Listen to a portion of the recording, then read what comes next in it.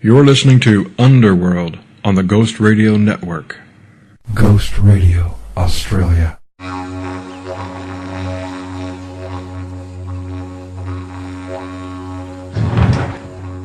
Listen.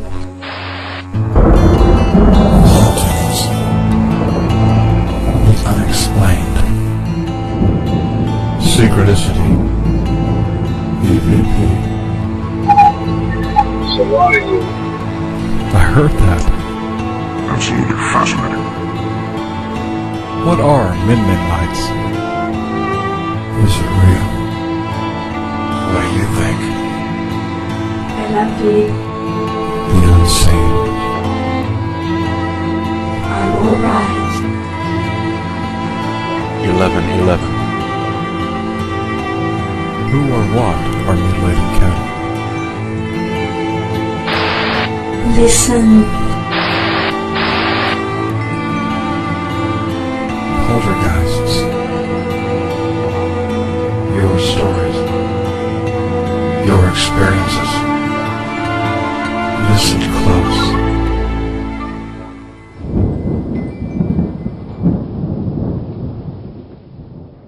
Deborah Gray is one of the world's most widely published and best-selling magical authors. With 9 best-selling books, she is indeed recognised as a leader in the field of metaphysics, spirituality, magic, astrology and spellcraft. Welcome to Ghost Radio, Deborah. It is an absolute pleasure. Oh, wonderful to be here. The thing that I like about you the most, I think, is I think it was the first or the second Spellcraft magazine, you wrote that you'd been studying for 20 years before you even attempted writing your first book. And I think that sums you up, really. You have a real lineage and a real history behind what it is you've been doing for so long. Is that correct? Well, thank you. Yeah, well, that's very true. And, of course, when I first started following Wicca and Druidism and studying metaphysics, it was back in the 70s, and there really wasn't many books around. There was just a couple of them that were basically written by really for different types of covens that were not the type of coven that we were following. My coven was a Druidic coven, and we had our own lineage, which is completely separate from the Gardnerian line, which the modern Wiccan religion that most people know nowadays is from. My teacher was from a completely separate lineage, completely separate tradition. In fact, he was from Germany, and his Wicca background and Druidic background go right back to the Great White Brotherhood. To some of your listeners might recognize the Brotherhood of Light, which is connected right back, quite a few hundred years in history, and even further back than that to a lot of ancient mystery schools. So we actually followed something that was more word of mouth. It was you actually learnt from your teacher as an apprentice, so you didn't learn from books. So therefore, I didn't even really think about, writing a book or teaching other people through books, because that's not the way that I learnt. But of course, things are a lot different now, and you need to be able to, if you want to get out there and be able to get across your history and your own lineage, and make sure that the history follows on and people understand things. I didn't want my tradition to be lost completely, so I thought I'd better start writing some books. Yeah, because contrary to popular belief, as you stated, Wicca did not start with Gardner. No, absolutely not. And in fact, it's a bit of a shame, really, that a lot of people that are involved in Wicca now that have come into the Wicca religion in the 90s, and 2000. Since then, a lot of them, when they first were involved in it, were quite adamant that theirs was the tradition, and that if you didn't follow the Wiccan Rede, or if you didn't follow this certain way of forming a coven and the hierarchy system, whatever, that it wasn't pure Wicca. What they were following really is that they were following a certain line that Gardner started himself. But he himself adapted a lot of points of Wicca which were around a long time before he started his own coven. And he actually, Gerald Gardner, who most people who are following Wicca do know about, but perhaps there are some listeners that don't. But just to give you a little bit of a background, Gerald Gardner was an English gentleman around in the 1940s and 50s who started the first Gardnerian coven. And he wrote some books on it which became sort of bestsellers and got quite a few media outlets to sort of follow him, and was one of the first witches to really publicize himself in a modern way. But that does not mean to say that there were not other witches and followers of Wicca, different forms of Wicca. Wicca just means wise one, means weaving. It comes from a very, very old language that goes back thousands of years. Some say it's from even the Indo-European languages that go back, many thousands of years. So in other words, there are many different forms of Wicca, and Gardnerian is just one of them. So that's something that I wanted to make sure that people understood, and not just get caught up in one tradition and thinking that that's all there is. That there's lots of fascinating traditions and following different ways of looking at the craft to learn about, which I think is very interesting to know. And I like, as you said, your tradition was all learnt orally, even though you've gone on to have very successful books. The way you were taught, where it was witchcraft for you was a very pervasive thing, wasn't it? It's what you did every moment and all that you were surrounded by. Yes, exactly. It's not like you got up and, your teacher said to you, this is what we do. Would it be true to say that he led and by example, and that's how you learnt? Well, yes, it was very different to I suppose what I've read about, how other covens and magical circles are run, as the ones that are actually publicizing themselves and writing books and things.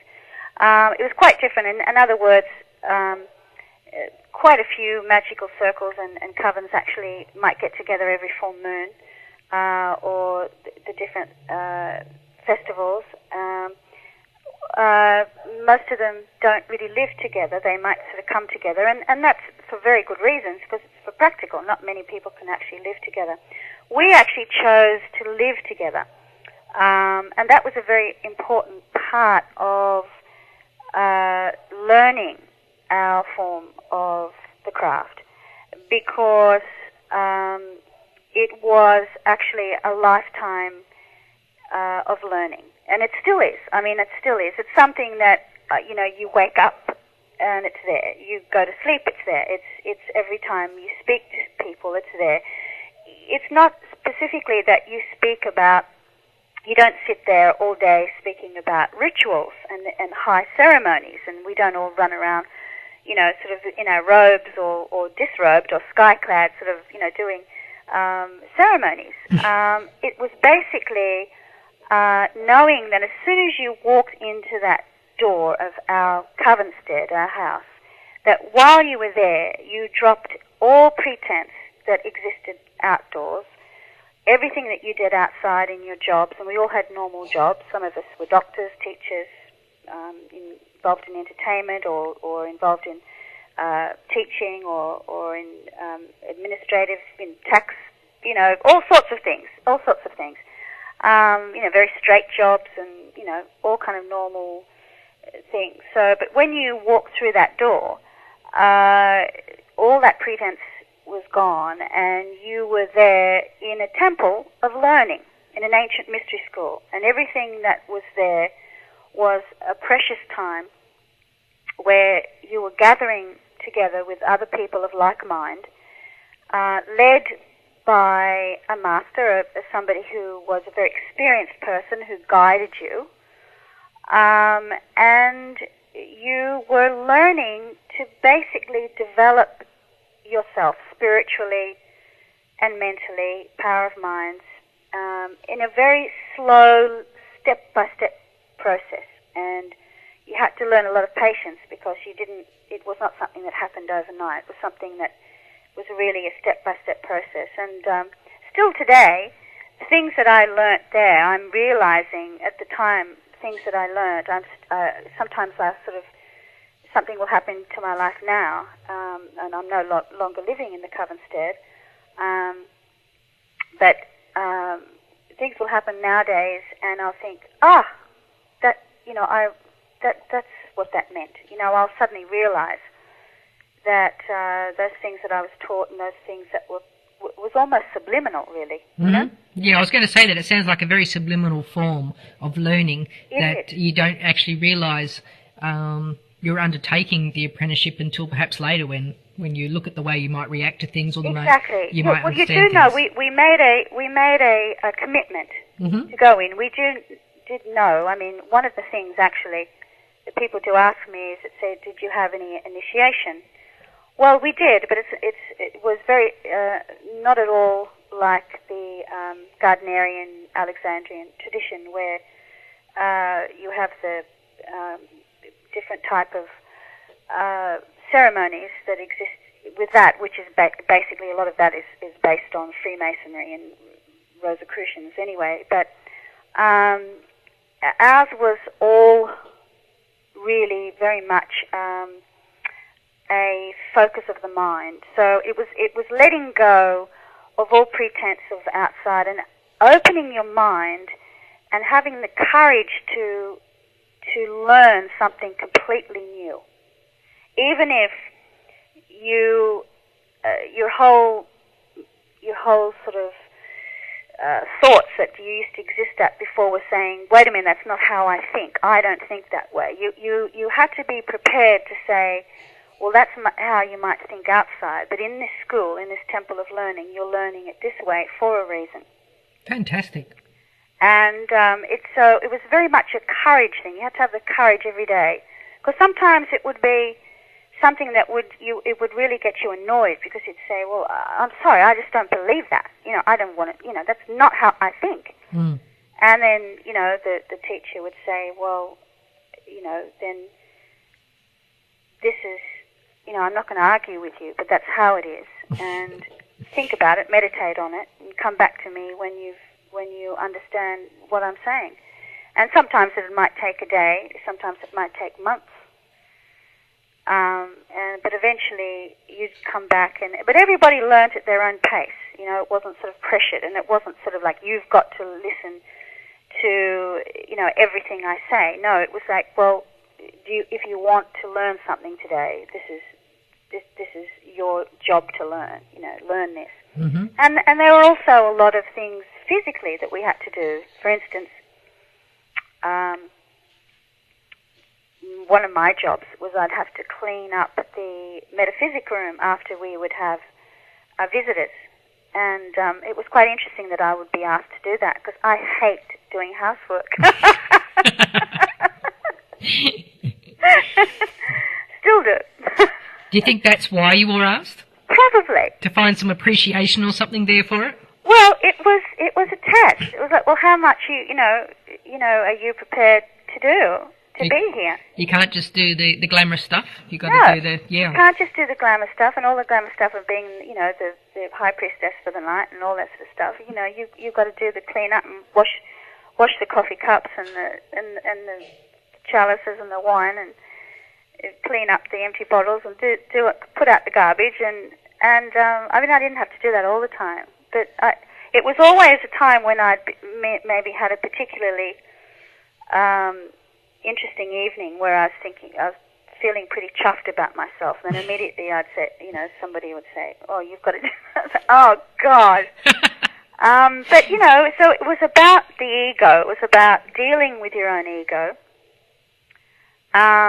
And dealing with the fact that metaphysics and power of mind and so on is not about control over other people. It's actually having control over yourself, over the negative aspects of yourself that are stopping you from enjoying your life, from understanding what your life is, and basically just getting down to very, very simple things. It's in a lot of ways it was similar to Buddhism in many ways, except we were allowed to have sex. Are the Buddhists not allowed to have sex? No. Oh. Oh, no. Well, there you go. Not when you're in a Buddhist temple. Right. Oh, of course. Yes. No. That was actually one of the things I was going to talk to you about a bit later, but we'll do it now because you've said the word sex. I love the fact that you are so proud to be a gorgeous, sexy goddess. Absolutely. I love that. You're very proud of that, and it comes through in your books, it comes through in your work, and I think it's so healthy for young witches and young Wiccans. And I wanted to thank you for that, and ask you how you came to this position within yourself, where you basically said, I'm sexy and I'm proud of it. Well, again, I think that one of the ways that I was taught was to be very proud of womanhood, of being proud of who I am as a female, even though we had a male teacher. He was not a chauvinist at all, the opposite. He was a feminist, actually. And, of course, we're going back to the 70s where, I was sort of a teenager at the time. I was only sort of 18 when I first joined the coven. Mm-hmm. So, I was very strong-minded about being, a sort of a liberated woman and liberated. I thought I was a woman. I was only a little girl, really, at 18, but old enough to understand what decisions I wanted to make about myself. And on my spiritual way of life, one of the reasons I did not pursue some of the Asian-based philosophies that were very popular at the time in the 70s, a lot of people were out there seeking different spiritual paths and alternative spirituality. It was a great time of change, the 60s and the 70s, and and it was new. We really didn't know that much. So the gurus, the Indian ones that were around the Beatles, and that was earlier. I mean, that was when I was, only a little girl. But later, when I was a teenager, there were other ones that were in the 70s when the Beatles had sort of disbanded and so on. There were other ones around other bands and other musicians and artists and things like that. So we knew all about that, and we started reading a lot of books and the I Ching and all these sort of things. So there's a lot of Asian influence, which I was fascinated by. But even as a young girl, even as 18, one of the things that I found did not ring true to me, and that's what I found that, I try and tell my readers and anybody that I'm, as a teacher, I try and tell people, male or female, still today, is to always, when you're not sure about something, always follow that little voice inside you that says something's not ringing true. Because your higher self always recognizes the truth. And I think that, learning about metaphysics, learning about Wicca and any of the alternative spiritual paths that involve paganism and so on the area of power of mind, we should always look for the truth of things. Mm-hmm. And the truth is that one of the things that the Asian philosophies did not celebrate was female sexuality. In fact, they almost considered it to be something to be denied, to be walked away from. The men involved in a lot of Asian philosophies, very similar to the Christian and a lot of the Judeo-Christian and Muslim faiths too, that females were to be separated from the men because they were temptresses, you see, and they stopped them from following their spiritual, intellectual pursuits, which of course we do. We're very distracting. I understand that. I was going to say that. Well, we are temptresses. That doesn't mean we have to be separated, though. We are very distracting. Yeah. This is to be embraced, though. Bravo to that. Yes, that's right. This is to be embraced. Long live distraction. Absolutely. But the thing is that what I found was that no matter how, and I was speaking to a lot of guys about this, and particularly in those days, there were most of the spiritual masters, most of the books and so on were written by men, not by women, as far as on a spiritual level. So I was reading a lot of this stuff, and a lot of it was saying,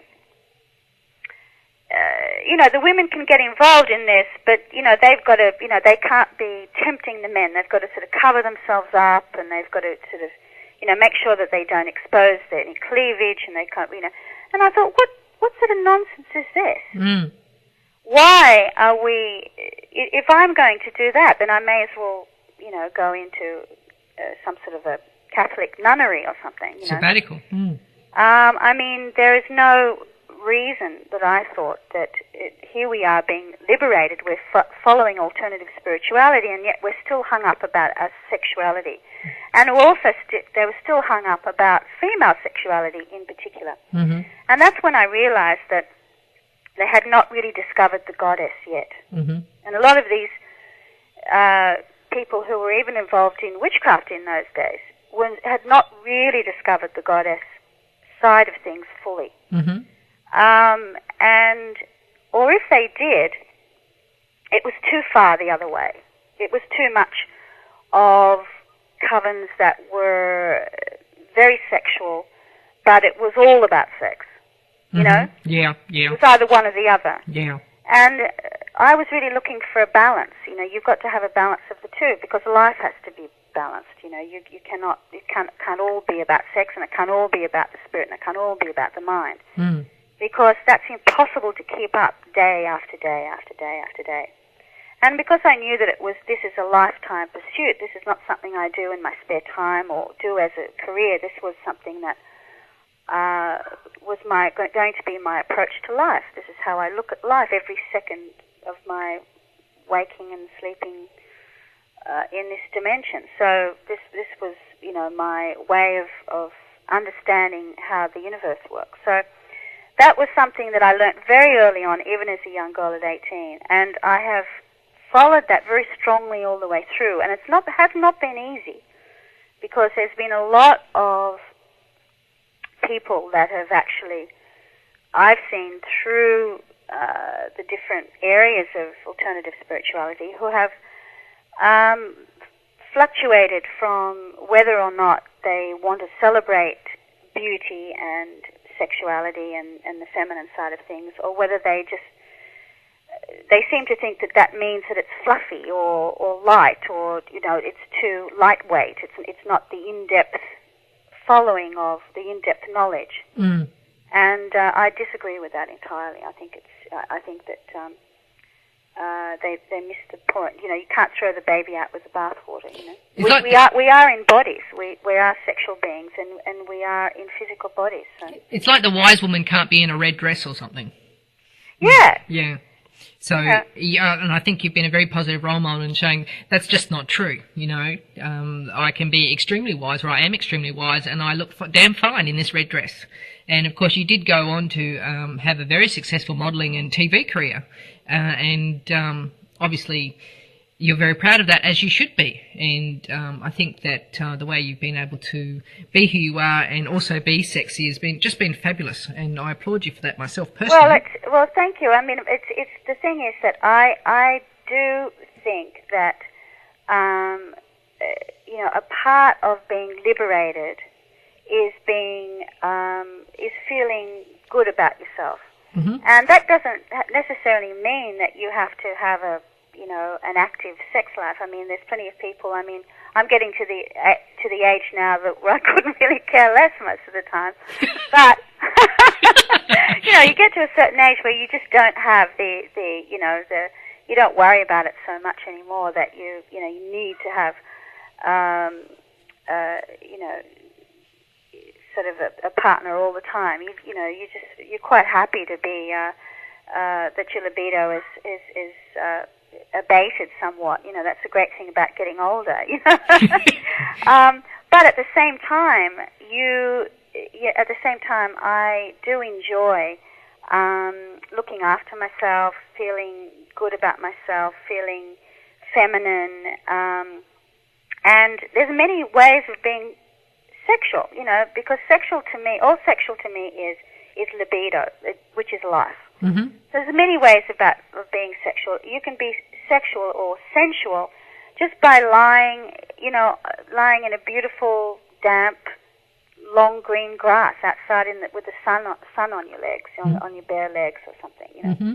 on your own, just feeling in the breathing in the beautiful summer breeze, or that's to me is incredibly sexy. Feeling the earth under your body and so on. So there's many, many different ways, opening your mind up and opening your body up to all different ways of appreciating life. And so I think probably that's what I really find sexy is to tell people, to kind of guide people to understand that to celebrate that libido and sensuality and spirituality can live together very, very well, Mm-hmm. I suppose all these things are taught in your online Metaphysical Ancient Academy learning system that you have got running there. Can you tell us about that? Yes, well, I've just I started ancientacademy.com, which is my online school for magic and metaphysics. We'll also be having lessons in astrology and spellcraft and so on, and that's been going very well. Actually, we've got students from all around the world because it's a modern world now where it's hard to find people maybe in your own local town, or a lot of people want to go to schools and want to learn certain things, but they're not able to get off work or travel to different cities. So they can actually do a course online at home. And so I've got it set up so that they can actually subscribe, and then they get sent their notes by email, and they can talk to me or to one of the teachers, depending on what course they're doing. And it's very reasonable. It's I think we're sort of only charging about $35 for 2 or 3 months. So they get a lot of information, and they can ask questions, and they get a lot of information that they don't get in books. Sort of things that are not really out there in depth in books. So and I like to give them things that are coming from my experience as being a witch for over 30 years. So. And you also have guest lecturers, shall we say, or guest teachers? Yes, absolutely. We do, and depending who's available at the time, but Tim Hartridge from Witches Workshop is going to be doing courses. Jennifer Angel is doing astrology. Leonora Jackson, who was one of my sisters, coven sisters. In fact, she was a founding member of our coven, and she does very deep level metaphysics advanced courses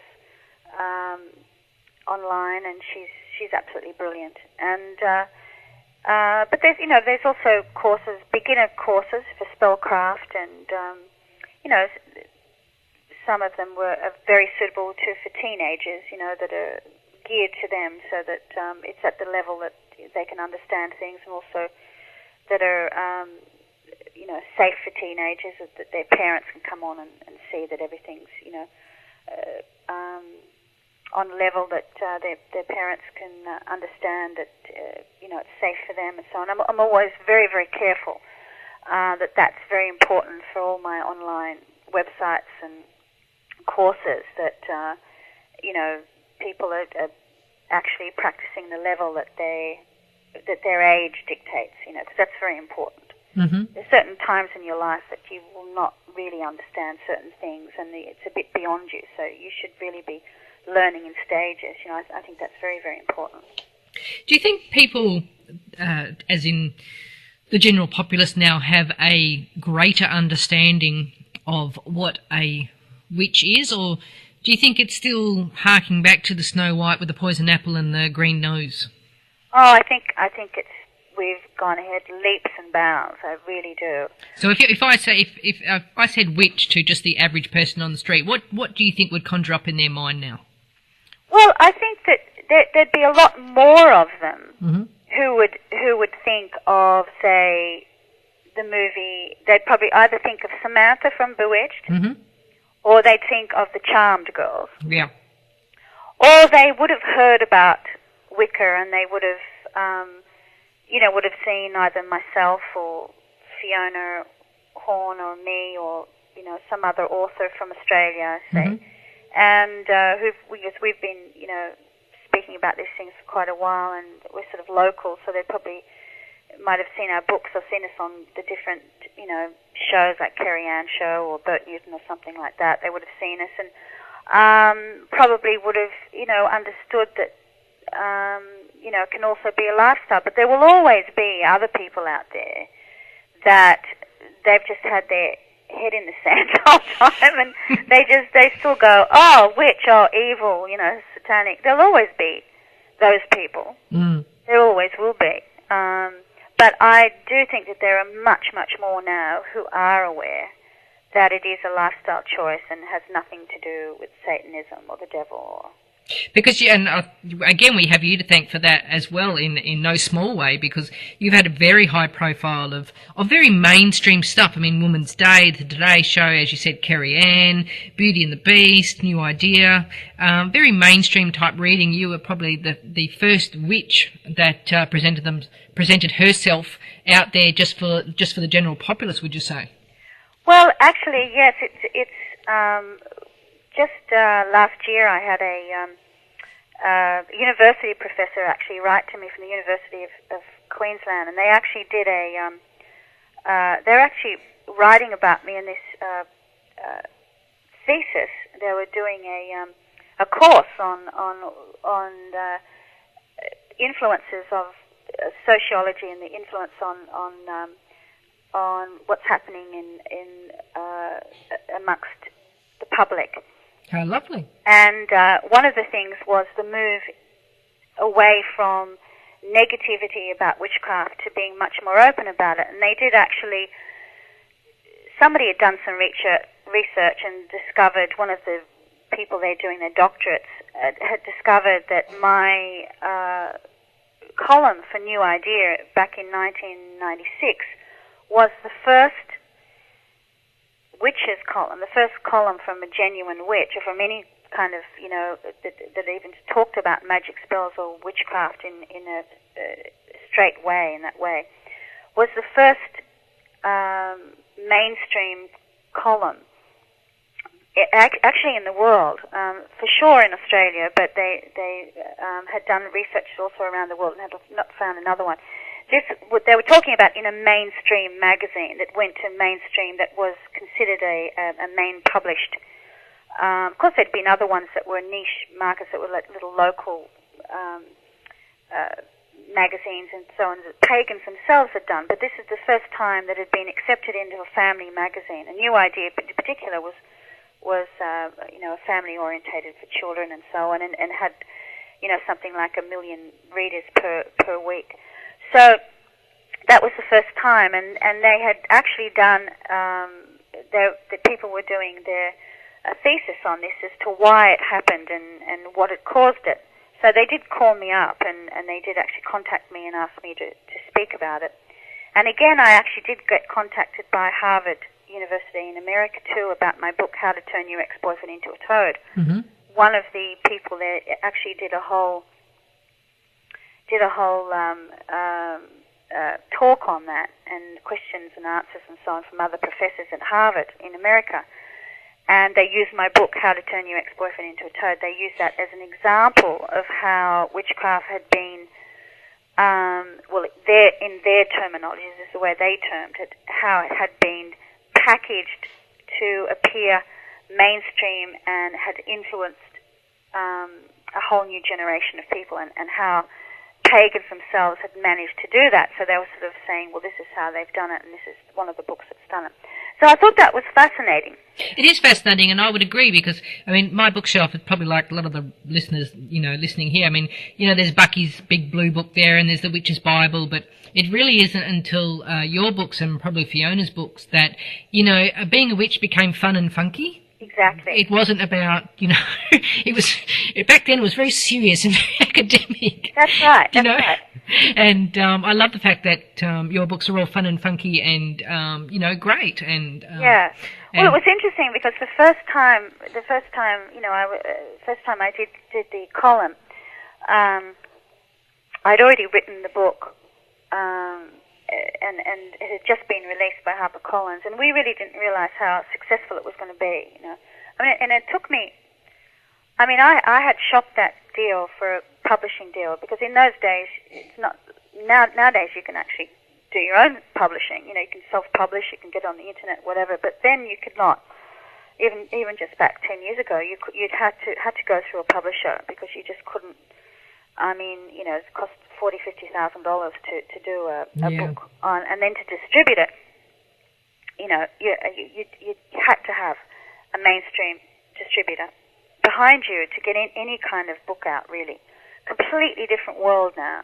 It's amazing how it's opened up now. Mm-hmm. But then you had to. So HarperCollins, and I eventually went with. But I'd been shopping that book. Shopping is terminology, sort of saying I'd been trying to get it released by a publisher for 10 years. It took me, from 1986 to 95, 96 before I got that deal because people were just like, well, witchcraft, who wants to, buy a book of magic spells or so on. So it went through a lot. It went through a lot of changes and development until I was able to get it out. And was that your title, or did your publisher pick? Yes, no, it was mine and Athena's title. Yeah. Fantastic. And we did that on purpose because we decided that we would. It was the time that we were kind of getting sick of the New Age books that had women as funny-looking little cherubs with little sort of fairy wings and very kind of juvenile, New Age books and so on. And so we wanted to do something sort of, a bit fun and something aspirational, but also sending it up a little bit, And it was interesting because when the book came out, the mainstream loved it, but I actually did get quite a bit of flack from some pagans themselves, particularly some Wiccans themselves. And I actually got some really, really heated letters from people or emails and so on, where people were sort of demanding that I explain how I dared to write a spell to turn somebody into a toad. And I always found that really amusing because I was writing to say, well, are you kidding? I mean, do you really think somebody can turn anybody into a toad? I mean, are you joking or what? Yeah. No, I know what it is. I did hear that as well, but I loved it. As soon as I saw it, I thought, what fantastic marketing, because you just want people to pick up the book. And once they got into the book, of course, they then learned the truth about witchcraft and that you can't turn your ex-boyfriend into a toad. But if he is a toad, what did he teach you? Yeah, that's right. But you want people to pick up the book to be able to. It was a bit of like a trapdoor spider kind of book, really. Well, it is. The whole thing is that what they weren't getting. Yeah, exactly. The title was a spell. I loved it. The title was a spell. You're saying that's so true. Come in, and then once you're in there, this is what it is. It's actually closure. It's actually resolution. It's actually humor. And I spent. With all my books, even the ones that are very, very humorous, I spend a lot of time putting a lot of psychology behind there. So as people are reading it, there's a lot of subliminal learning that they're absorbing that they don't really quite realize until later on. And then when they realize later on that they're feeling good, they're feeling better about themselves, they're feeling inspired, they're feeling happy, they feel, oh, this spell's really working, or I feel good today, or whatever. And because I spent a lot of time, putting that, bit of a sore throat there. I spend a lot of time putting a lot of energy into what's between the lines, because it's that's how I've been taught with my Druidic training too. A lot of it is what you don't say as well. But I truly believe that as I'm writing, that I'm actually putting in energy that sits between every single phrase. There's energy, and as they read one line and then they go to the next one, pow, they're getting the energy that I put in. And I meditate on every single word that goes in there. And so it wasn't surprising to me when people would actually write to me, and they still do, and they contact me through emails and letters and so on. They say, you know, I keep that book and I just keep it in my bag with me, and I carry it around. Sometimes I just open up a page and read it and think, I just like to hold it. Sometimes it just makes me feel good, you know. And I think, bravo, they're picking up on it, because that's what I wanted. I wanted something that would really make people, you know, open them up to learn, to go on then, to learn their own paths in magic and the craft and metaphysics, whatever they wanted to follow. But to lose the fear about it. Don't be fearful about it anymore. But it was very interesting, because I did get quite a lot of flack about it, and it was only later. I did get a lot of flack from people that had been in covens for quite a long time, and it was only till later, and I didn't really reveal. A lot of them had not realized that I'd been studying for as long as I had been, because they could not fathom for the life that somebody who had been studying seriously with quotation marks, because I think once you start to take yourself too seriously, you're finished. But but I mean, on a serious level, I suppose. I mean, a serious is fact is a length of time that I've been studying for so long, and I'd actually been in one of the most respected covens in Australia. That you know, that I'd actually had that background, that they couldn't understand that I would come out with such a seemingly frivolous book, but that it was. Did they read it before they said this? Well, yeah, I mean, they did, but I think that, you know, quite a few people at first were just thinking that maybe I was somebody that just come along and were just, you know, sending it up, and I wasn't really serious. But once people realized, once I had got my website up and I started to tell people, and I wrote, I think, my third book on how to be a real witch, and I actually then revealed who I'd studied with and how many years I'd studied and who it was, and the other people had done research on how I'd studied and who I'd been learning from all these years, and how I developed from that.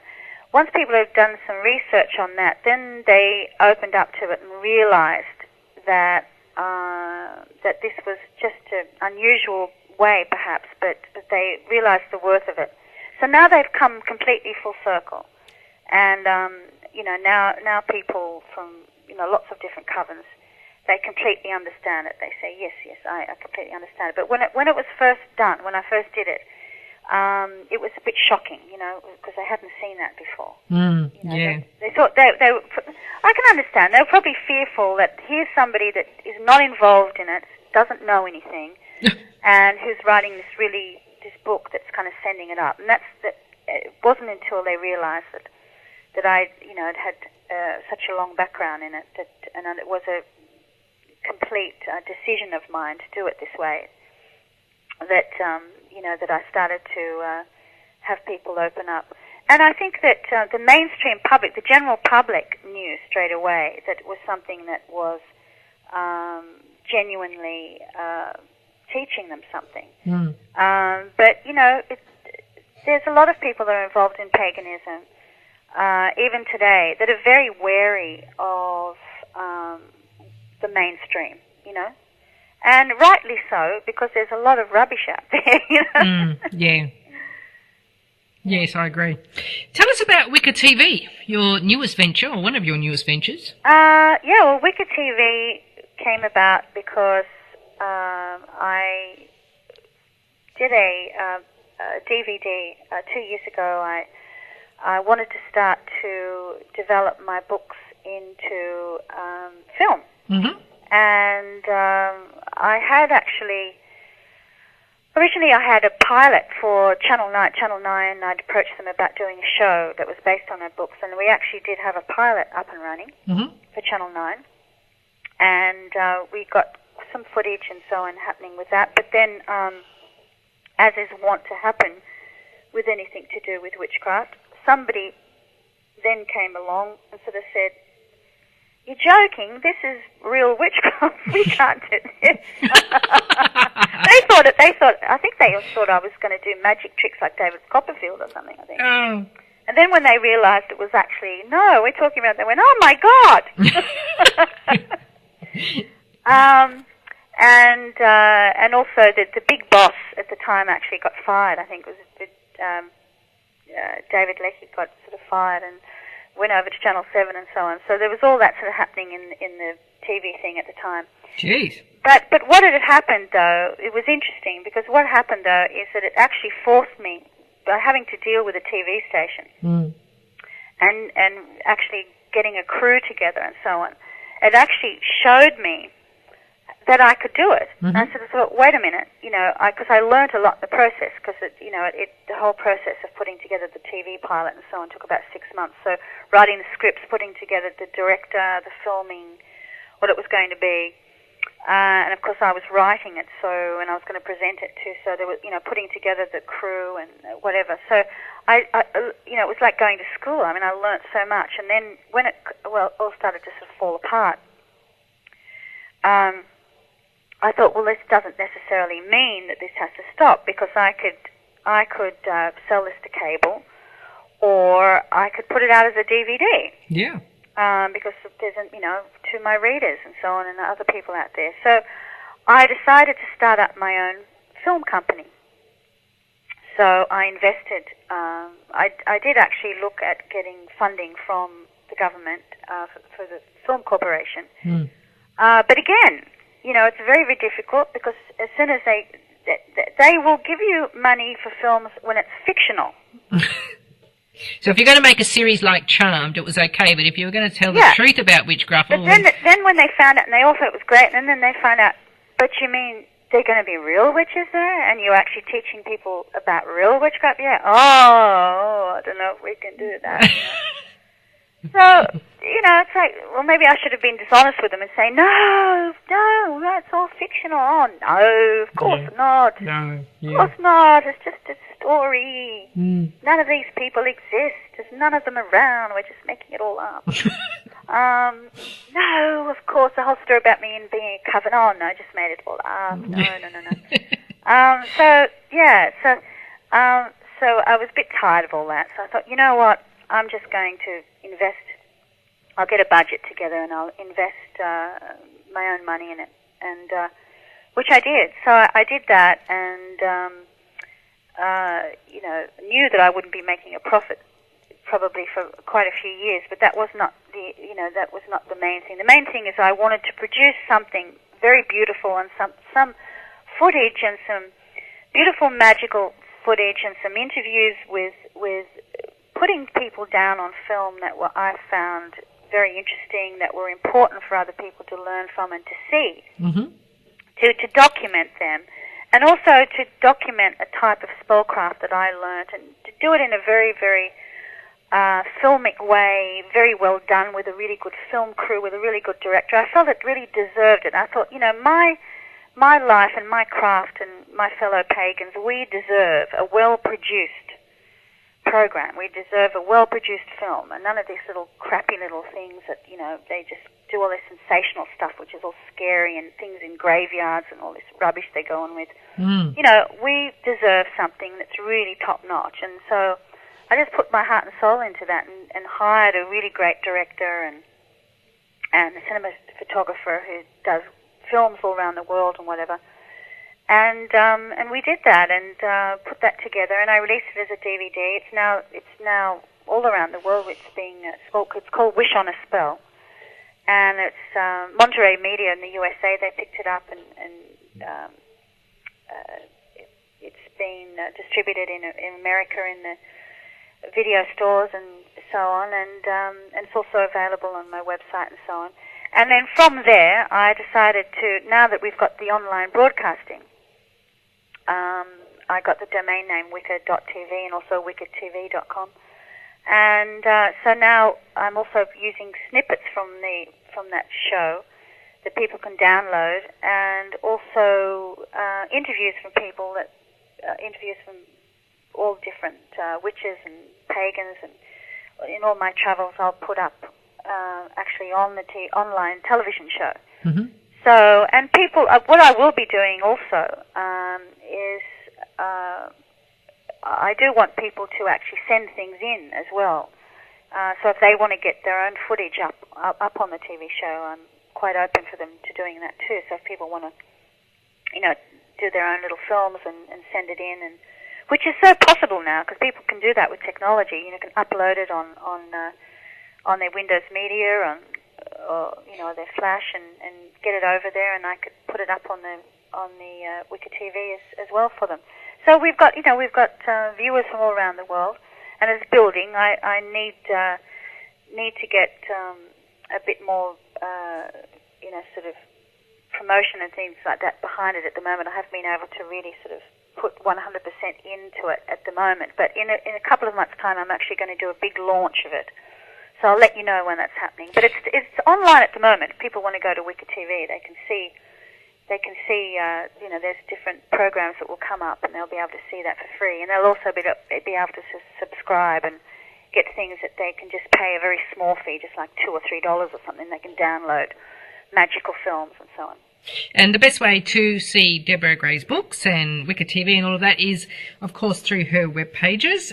Deborah Gray, the Gray is GRAY.com, and wiccatv.com. Of course, both of those links are on the front page of Ghost Radio. You'll see Deborah's beautiful picture there, and underneath her bio, and you can click on through from Ghost Radio's web page through to any of Deborah's websites. Her books, of which there are 9, my favourite being How to Turn Your Ex-Boyfriend into a Toad, which I absolutely loved. They are available anywhere, and I love that. I love going I was in Big W the other day, and I was looking for a book, and there was Lucy's book, and there was your book, and I thought, that's fantastic. Isn't that great? You can wander into Big W. And so they are literally available anywhere, and and the DVD, of course, Wish on a Spell. But there's the Good Witch's Guide to Sexy Sorcery if you want to kind of get into the sexy side of Deborah, or there's the... Or yourself. That's right, yeah. Or there's Spells for All Seasons, which is the latest one, I think, isn't it? Yeah. As I said, there are 9 books available almost anywhere. And get on over to Deborah Gray's website, both Wicca TV and deborahgray.com, and you can see what she's doing and where she's doing it, and email her from there. Deborah, you've been very gracious with your time tonight, but I just wanted to ask you 2 more things before you leave. Sure. Athena Starwoman, it must have been so wonderful to have had the opportunity to work with her. Of course, I won't, unfortunately, ever be able to interview her because she's passed now. Yeah. But it must have just been so wonderful for you to have had that time with her. It was great. It was really wonderful. But if anybody wants to, if you do want to get to know her, she is on my DVD. There's a beautiful interview, very in-depth interview with Athena, the first one that she'd ever done, which she was really herself. Mm-hmm. So you should have a look at that. It's really, really beautiful. Mm. But she talks about her life and why she got involved in it and how she got the name Athena Starwoman and so on. It was, we were friends for a long, long time before we worked together. Mm-hmm. And we were friends for, 25 years. And she's still with me. I still feel her very, very close. And but I miss her a lot. Is it true to say that no one knew she was sick? Because when she died, I was shocked. And I thought, was I the only person that did not know about this? But then somebody told me no, that she was, she kind of kept it, I mean, she was a Cancerian anyway, but she kept it very close to her. Well, you know what they're like. Yeah. Everything close to their chest, don't they? Well, the thing is that it was a shock to everybody. It really was. I was shocked to the core. Yeah. Everybody was very shocked. Look, some people, and I've since found this out, but some people do choose to be very private about these things. Oh, as she had every right, but... And they do. And I suppose because she was in the media so much and so famous that people, sort of think, oh, well, why didn't we know beforehand? But it's just personal decisions. Some people just don't choose to make these things public that they're not feeling well or they're ill. Mm-hmm. And that was her personal decision. I mean, I knew, but only a couple of, only a very close family knew. Mm-hmm. And she didn't want people to worry about her. She really didn't. I understand that. And she really does. Athena did live. She walked the talk, and she really did consider that her work, her astrology, and the way she lived her life, and her inspiration would be her legacy, and that she really wanted to inspire people to live their life to the full, and to know that life does not stop, when the body is gone, that life continues on all different levels. Mm-hmm. And, she really did believe that, and she lived her life through that. So, to her, it was the next step, the next step. Too soon. She didn't want to go so soon. She didn't choose to go, but she didn't want people to be too unhappy. But the thing is that you can't, when you're close to somebody and you really love them, you of course you're going to grieve. And I've since actually, from that experience, I did actually learn something that I thought I had a very strong conviction about, and now I'm completely the other way now. Mm-hmm. And that is that I did not believe in having memorial services or going to funerals and things. I used to think that was kind of old-fashioned, and because I consider the spirit is immortal, that was unnecessary. Mm-hmm. But now I realize very, very well that it is not for the people that are passed over. It's not for them. It's for us that remain. Mm. That's why we have them. Because it's a way to say goodbye. Yeah. And it's a way for us all to get together with our friends and to lean on each other, and for us to recognize that this was a life that we valued. And if you don't have that, if you don't have that time together, you can't really have a closure. Mm-hmm. So I understand that. It's something very, very beautiful that I've realized, that there's a lot of traditions, things like marriage and things like this kind of traditional things that, things like funerals and, name ceremonies, some people call it christenings, whatever you choose to name it. The way that we have schools, our 21st birthday parties, all these sort of things, I went through, which I think probably a lot of people that are involved in sort of more liberated in their way of looking at things, and they like to look at alternatives to sort of the mainstream. A lot of people have sort of thrown these kind of traditions away, thinking that they're staid and they're unnecessary. But as you get older, you realize that these traditions did not come about because of some religion saying you must do it. A lot of them, or some government saying you must do it this way, they actually came about because groups of people have worked it out over trial and error, over many, many generations, that this is the way to get through the pains of life and the pleasures of life. That these traditions and these rituals that we have, whether they're weddings or funerals or name ceremonies and so on, they're very, very important and structural and helpful and very, very valuable traditions that we shouldn't just throw away, even if you have your own traditions and whatever. But, don't be so, I've realized, don't be so fast to throw away those traditions that we grew up with as children, because they actually are very, very helpful. Mm-hmm. Wise words. Your closing words on The Secret. On The Secret? The Secret, because Athena's husband, Dr. John Martini, he's in that, isn't it? Yes, he's one of the teachers? Yes. Yeah. Your thoughts on The Secret? Everybody else seems to have an opinion and a thought. I just thought I'd ask yours. Well, it's interesting you should ask me, because I have questions. It's not really, it was all planned on you. Oh, okay. Well, I think that none of it's a secret. When you were talking about your book before, and I thought everybody who's seen The Secret has said to me, what's the secret? And I said, well, but you bought it, didn't you? That's right. Yeah. Well, exactly. It's the title. I said, believe it or not, it's not a secret to us, but it is actually still a secret to a lot of other people. But I think it would be. I think a lot of us that have been involved in these things for many years, it's like, well, so, I know so many of my friends got to the end and thought, well, what's the secret? Yeah, what's the secret? You know what I think? I think it was a very well done film. Yeah. I think the filming, the woman who produced it is actually a very, very experienced producer from Channel 9. Rhonda Byrne, yeah. And she actually got some of the money from Channel 9 originally to do it. But they dropped it after a while because they thought it was a bit too airy-fairy, but I bet you they're sorry now. Yeah. But they did actually give her the money in the beginning. So, she was a very experienced producer. I think she's done a brilliant job of putting together, a lot of different ideas and about the laws of attraction and manifesting dreams and so on, and positive thinking. Which is very hard to do, believe me, because I've done filming on magical themes and spiritual themes myself, and it's a very, very difficult thing to do. So she's done a beautiful job. I think that is what's successful about it, is her film. Mm-hmm.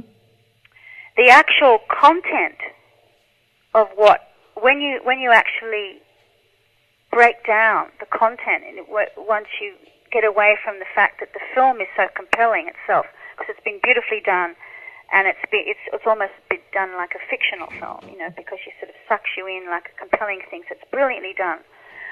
But the actual content of it is a lot of it's very flawed.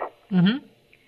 Some of it I find to be not only flawed, but I find to be completely misleading, and I wouldn't say dangerous, but some of the things to do with the health, particularly the piece on breast cancer, I wanted to throw my boot through the TV set when I was watching it.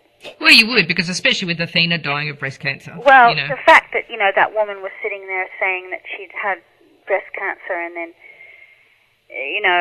and then 3 months after just laughing and having comedy and eating some natural food and not thinking about it and not choosing to have any treatment, that it's all gone. I mean, that's just nonsense. Mm-hmm. And that to me, that kind of made me angry. I must admit. Fair enough. That's why I thought I'd ask your opinion. Yeah, it did. It did make me angry, because I know for a fact that there would be women out there and men that would be perhaps not as practiced in these things, and they would be completely compelled to believe that 100%, that would be a choice, instead of actually going to a doctor and getting help, that I would just think positively and I'd be able to get rid of a chronic illness without any medical intervention. And I must tell anybody that's out there, if you've got any idea, if you yourself or anybody you know has a chronic illness and has, give yourself the choice of using your power of mind and using your power of manifestation and using your joy and using your law of attraction. Use that in combination with everything that modern medicine can give you, because, after all, modern medicine nowadays, there's a lot of choices. So, you can get 2, 3, 4, 5, 6 different opinions. And after all, the human mind and the law of attraction and the genius and quantum physics and all of these things are the same forces that has produced medicines. So why deny yourself something that has been produced by the same genius minds that have produced the secret. You know? Yes, It doesn't make any sense. Mm-hmm. You don't throw the baby out with the bathwater, and you have to use everything. And don't deny. You don't use.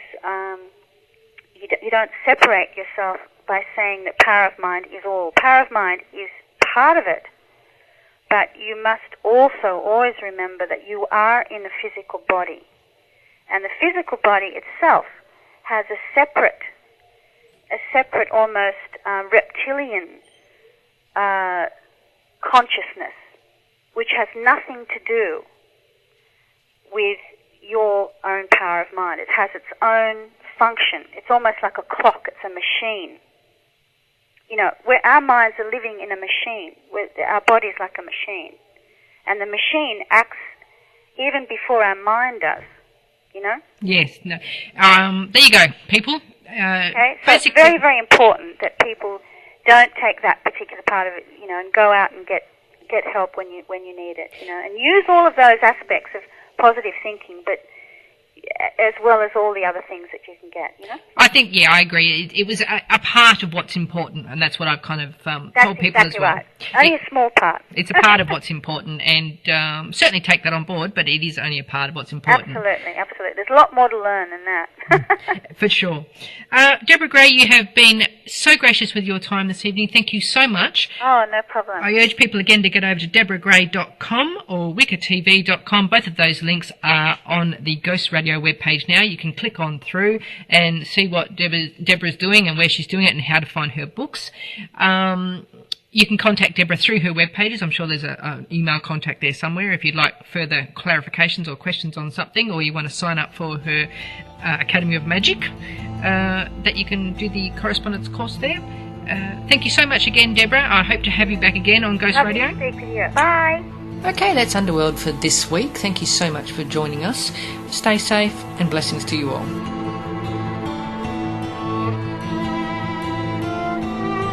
You've been listening to Australia's own Underworld Show with host Lia Ramses.